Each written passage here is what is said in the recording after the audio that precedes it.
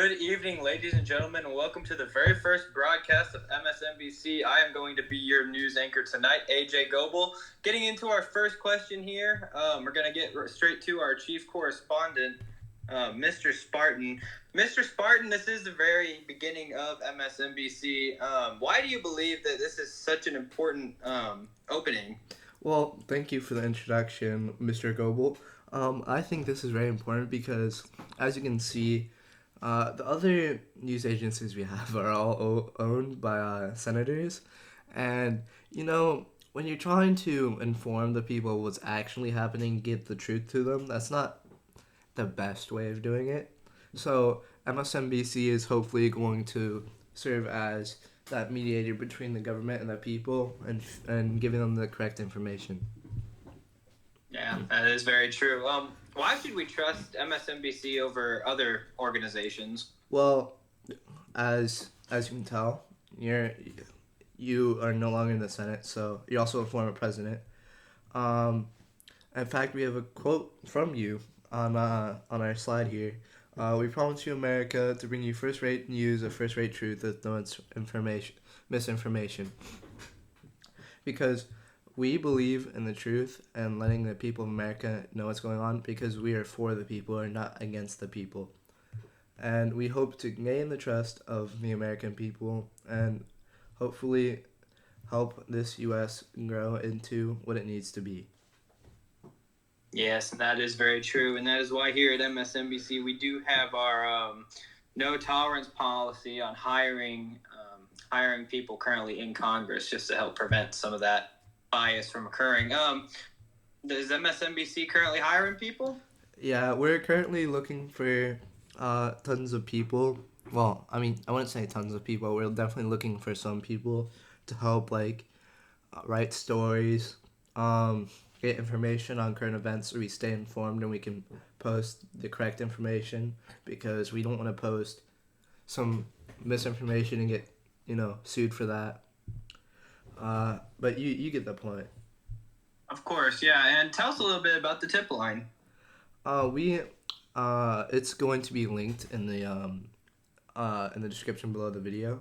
But the tip line is a Google form, so citizens can go on that and basically just say and give us information about the government because sometimes for example, we receive tips from other people that they don't want to release a name because they're afraid of being fired by their I'm not going to say corrupt supervisors, but definitely a little bit shady. So, of course. Yeah. Of course, yeah. And that is a very good point. We've worked very hard to ensure that the tip line is very non-transparent and only very selected individuals have access to see reporting individuals. All right. Moving on to our next topic here, corruption in the United States Senate and in Congress as a whole. Coming back to our chief correspondent, Mr. Spartan, why is expulsion and replacement wrong? Well, I think it's like a get out of jail free ticket card for Senate, because one of the most recent examples we have of this is when you were expelled for saying maybe not the nicest comment. Things were said. We're not going to deny that, but instead of hiring, they didn't even open an investigation. They didn't even really vote on it. They just decided, oh, he's expelled. And then instead of hosting a special election to bring in a properly elected official in your place, they hired someone that's in the community that makes fun of the double NAACP, which I find kind of shady. Maybe they're connected somehow, but we don't know. We'll see it in the future. Yeah, and that is an ongoing problem for not only the United States House, but the Senate as well. I know that the president of the Senate, Vice President Colton, has talked about expelling many people for really, really illegitimate reasons. A lot of people say that the Senate's power to pass or fail nominees are one of the most powerful things Congress has, as well as the power of impeachment. Another really powerful tool, as we have come to find, though, is expelling elected members of Congress. You know, myself personally, I was the third most popular candidate in the most recent House election, and I was expelled for something that, not going to lie, it was insulting, and I'm not going to debate that part. However, at the same time, I was not given due process. There was no investigation. But yeah, let's move on to some other things that the Congress has been doing recently. Let's talk about the National Security Agency director. So why was the NSA director candidate moved to another department in the USA? Well, in fact, he basically uncovered something of Colton's that he did not want uncovered, and another senator also compiled a document of evidence that I will also be linking in the description of this video, with evidence of them doing not exactly legal things.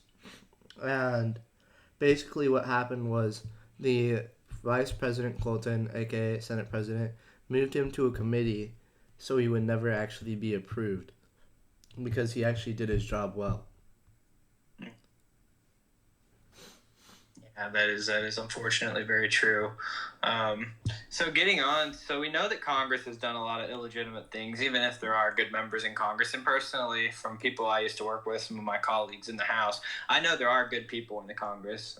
It's just unfortunate that everyone seems to be under the pressure and constant control. Everyone in the GOP seems to be under the pressure and constant control of Vice President Colton and the Speaker Core. But in the checks and balance system of things, what has the government done to help resolve this issue? Well, honestly, there really hasn't been anything done so far, but I will say that to the credibility of a few government officials, that they have sent us proof of this wrongdoing, and that they tried at least with the NSA director to solve this issue, but that obviously failed as Colton moved him to a committee so he would never actually be approved. Right, that is very true. So this just comes to prove, and there is more evidence coming out shortly that is going to be resolved. MSNBC has obtained certain images that basically back the story of corruptive things the vice president and the Senate leadership has been doing. But moving on to our next story here, we have Chief Judicial Correspondent Semper Wolf. Mr. Wolf, how are you doing this evening? I'm doing very well. Thank you for the opportunity to be on this broadcasting tonight. Of course. Thank you for coming on to help enlighten the American people on some of the things going on in our judiciary system. So, first question here, how in the world did the Attorney General, of all people, end up in jail? That is a question I would ask. I would ask Judge Roberts too. How in the world do you think it is your right to arrest the Attorney General, even for no matter what the offense is? But currently, as it stands, the Attorney General is thrown in jail for simply, as I put it in the story, simply having a life and having a life outside of Discord where he has other things that he has to attend to. And for this, and for not responding in a time that the judge so deemed to be correct, he was thrown in jail. Now, I do not think this is right at all. People are entitled to have their life outside of Discord, outside of what they do on here. That's very true. Yeah, and I personally have known Mr. Roberts for multiple years now. I think we're coming up on 3 years. I've known him for a very long time. He's an honest guy. He's done some sketchy things in the past, but from the time I've known him in the United States, he's done a very good job in every capacity he's held, both as Attorney General, as a judge, as basically everything he's held. So it does bring up some questions when a senior member like that, who knows so much about the law, who has personally written multiple of our bar exams, end up doing something and gets thrown in jail like this. So let's move on to another part of our judiciary. Now, judgeship. In your opinion, is our new judge fit for office? Yes, I do think he is fit for office, but I do believe that he needs to, I wouldn't say watch, but he needs to be aware of what he does, and he needs to be aware of how it affects the government. By throwing the Attorney General in jail, you're halting the operations of the Justice Department, which, as we know, is a vital piece to the American government. Yeah, that's very true. And the judiciary does serve, in the Constitution, our founding fathers did make it clear that the judiciary would be a big check and balance for not only the executive branch, but for Congress as well. So what would these checks and balances add to the equation as you described oversight? Well, I think they would add to the equation a much needed check on the judiciary's power. Currently, as it stands, the judiciary has no checks on their power. Congress has done nothing. They've been sitting around. They've had no committee hearings on this, nothing. The Committee on the Judiciary in the House and the Senate both have had no hearings into the actions of the judicial branch. And as the founding fathers described in the Constitution, checks and balances are a vital part to this government, the way it works. And with that, it is very vital and necessary for all members of the government to stand their place in the government and do their job, as to put it simple. Of course, yeah, definitely. But now I would like to say, though, the Constitution never really foresaw Congress kind of just taking up so much political corruption that they're not willing to put their country before party politics. And that's something we're starting to see now, I think.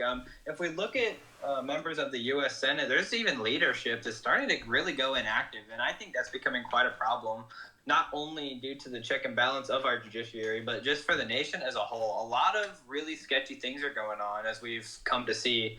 Like the Arias reports that were released last week. I don't know how familiar you are with those. It was released in a big document. Released a lot of the things Colton and Danny and Core Productions are doing.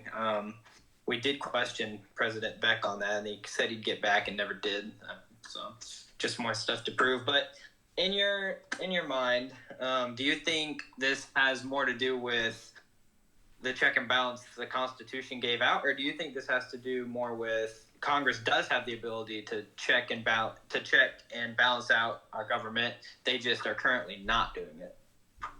Well, I think it is a mix of both. It is the unwillingness of Congress to more or less do their job and use the powers that may not be specifically prescribed to them, but are more or less given to them in an implied manner, because by setting up a system of checks and balances in the first place, you have to be willing to accept the fact that branches may check other branches in manners not given in the Constitution. That is very true. All right. Well, hey, thank you so much for your time, Mr. Wolf.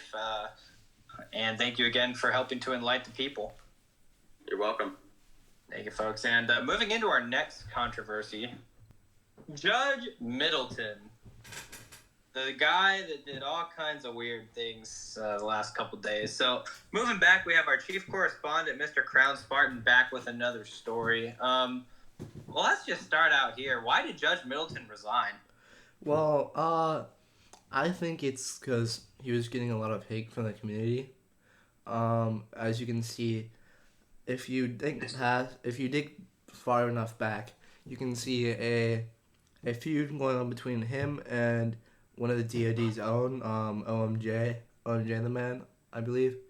And apparently he went on court property when the court was closed, issued a warrant, started changing the whole situation. People were trying to deny the warrant. Marshals were enforcing. Remember, they're just doing their job enforcing the law.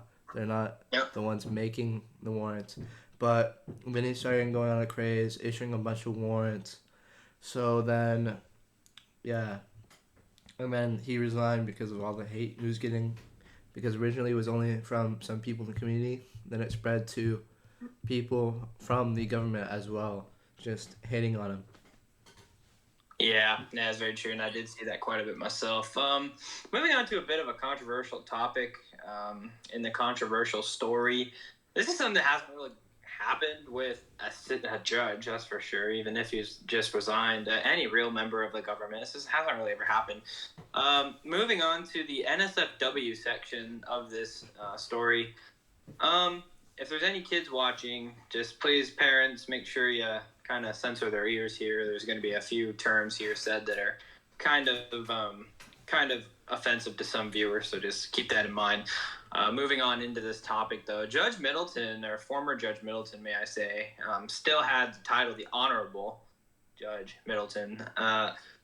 I guess something happened to his account. He started posting server links to pornographic content, Discord servers. Definitely NSFW, definitely against TOS on absolutely every platform. Did he go crazy, or what? As some people have said, he went kind of cuckoo in the head. What are your thoughts on that? Honestly, I think he was in a dark place at the wrong time, and someone sent him a scam. I wonder who sent him that, but it was not me. Just to clarify that, if that looked like I was implying, but Of course. he clicked. So basically, what the scam was is you'll go into, well, they'll have, as you said, pornographic content to lure, especially young children that don't know consequences of things like this, and to verify it, to see stuff, to quote unquote see stuff in the server, you have to verify, and then to verify it, they send you a QR code, right?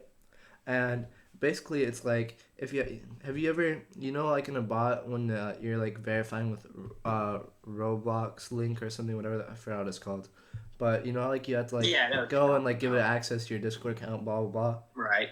Yeah, well, basically what this QR code does is it goes to that same window, and instead of giving access to your account to a bot, it gives it to a real person, and they'll just steal your account.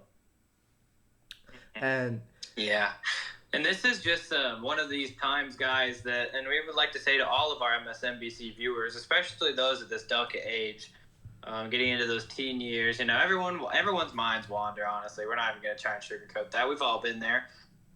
Everyone's been curious at times. Some people probably still are pretty curious about the all that stuff, but there's much safer sites. Don't use Discord for that. Don't click suspicious links. That's something we're going to say to our audience right now. Links on Discord, you have to make sure, and Discord gives notifications for a very good reason.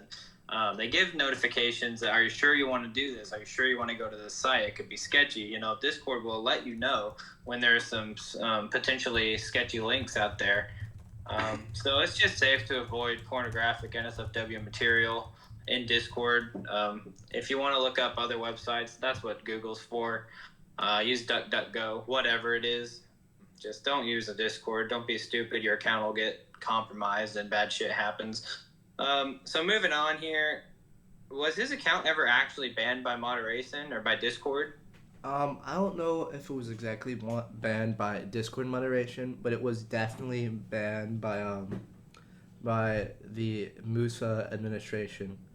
But if this ever does happen to you, just reset your password.